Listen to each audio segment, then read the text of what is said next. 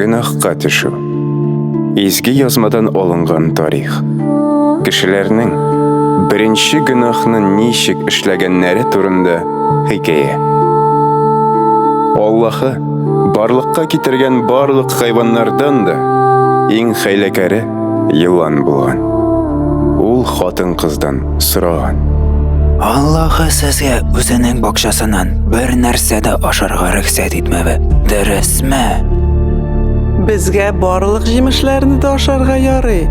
Ләкин бакча уртасындагы яхшылык һәм яманлык белү агачының җимешләрен ашарга ярамый. дигән хатын-кыз.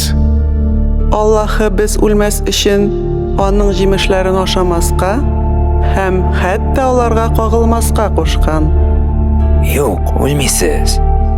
Дигән йылан хатын-кызга: Бу җимешләрне ашагач, сез үзегез дә Аллаһы кебек яхшылык һәм яманлыкны нәрсә икәнен аера алачаксыз. Аллаһы моның турында белә. Хатын-кыз бу агачның җимешләрен тагын бер тапкыр күреп, аның азыкка яраклы, матур һәм кешегә белем биргәнен аңлаган. Ул агачтан җимешне ашап, шулай кашасын диеп үзенең иренә дә бирә.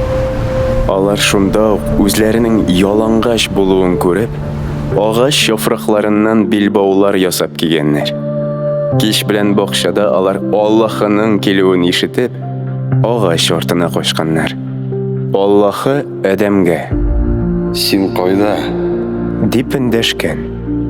Адәм аңа: Мин синең килүеңне ишетеп, ялангач булуымнан уялып яшерендем. диеп җавап биргән. Син ялангач диеп сиңа кем әйтте? Мин сиңа ашарга рөхсәт итмәгән агачтан син җимеш ашалмадыңмы? Бу барысы да син үзең миңа биргән хатын-кыздан. Ул бирде миңа шул җимешләрне ашарга, һәм мин ашадым. диеп җавап бирде Адәм. Син моны нәрсә өчен эшләдең? Диеп сораган Аллаһы хатын-кыздан.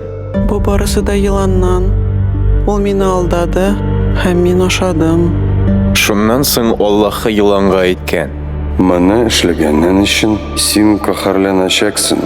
Башка хайваннар арасында качкын булачаксың. Барлык гомерең буе син караңгыда шуышып йөрәчәксең һәм туфрак белән тукланачаксың. Мин сине һәм хатын-кызны гомерлеккә душманнар итәчәкмен. Шулай ук аның нәселе дә синең белән душманлашыр. Син аның өкшәсен чыгарсың, ә синең башыңны батачаклар. Хатын-кызга Аллаһы әйткән: Мин шулай эшләячәкмен. Синең авырлы чагың ширдә узачак. Балалар тудырганда син газаплар чигәчәксең. Синең өстеңнән ирен хакимлек итәчәк. Кешегә Аллаһы былай дигән: Хатыныңны тыңлаган өчен һәм мин сиңа ашарга рөхсәт итмәгән агачтан ашаганың өчен синең арканда мин барлык җир өстен каһәрләрмен. Гомерең буе син ризыгыңны кыенлык белән табырсың. Хәзер җир өстендә чәнечкеләр һәм чүп үләннәре үсәр, һәм син кырбашаклары белән тукланырсың. Син җиргә кире ингәнче тирләп пешеп икмәк ашарсың. Туфрактан син яралгансың һәм кире туфракка кайтырсың. Адәм исемле кеше үзенең хатынына Хауа дигән исем биргән. Бу тормыш икәнен аңлата. Чөнки ул хәзер җирдә яшәүче барлык кешеләрнең беренче анасы була. Шул вакытта аларны киендерер өчен Аллаһы Адәмгә һәм аның хатынына хайван тиресеннән киемнәр ясаган.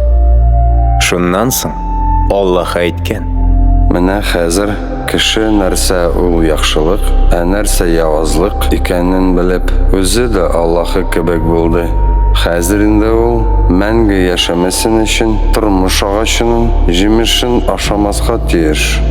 Ул чакта җирне эшкәртү өчен Аллаһы Гадән бакчасыннан кешене куып чыгарган. Ә бакчага керү урынына кешеләр тормыш агачы янына килергә рөхсәт итмәсеннәр өчен үзенең керубимнәр дип аталган фәрештәләрен куйган. Шулай итеп, кешеләр беренче гөнаһны кылганнар.